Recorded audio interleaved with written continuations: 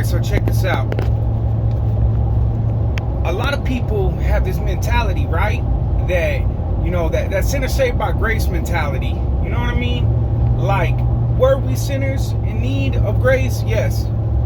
But now that we have grace, now that we have Jesus Christ, we are the righteousness of God in Jesus Christ, right? Like, he literally gave us his position and his identity and took ours on the cross, right? Not because we deserve it or anything like that, because don't get me wrong, like, we ain't special in the sense of who we are outside of Christ.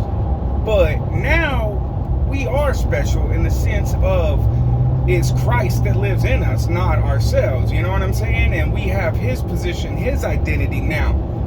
So when I hear people living in the sense of, like, basically they're just a servant, and even Paul talks about in the Bible the difference between being a servant and a son. And we are sons now and daughters, right?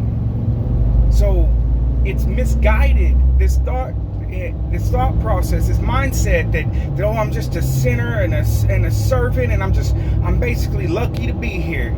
But think about it like this, right? If Christ gave us his position, right? What are we limiting Christ to, right?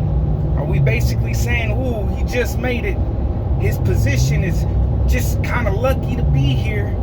No, not at all, huh? No, and we know in our spirit, the Holy Spirit telling you right now, that ain't it. That Christ is to be glorified and honored, that he is the name above all names, Lord of lords, King of kings. You know what I'm saying? Not that we are Lord of lords and King of kings. He is the one Messiah, the one true King.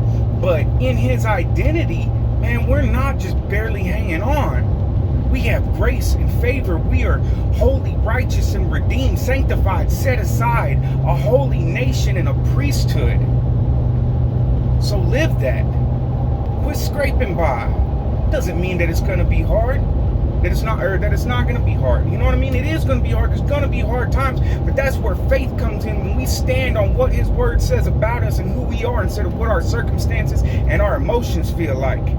That's walking by faith, not by sight, and who we are, that it's no longer us that live, but Christ that lives in us, and that in him we are the righteousness of God.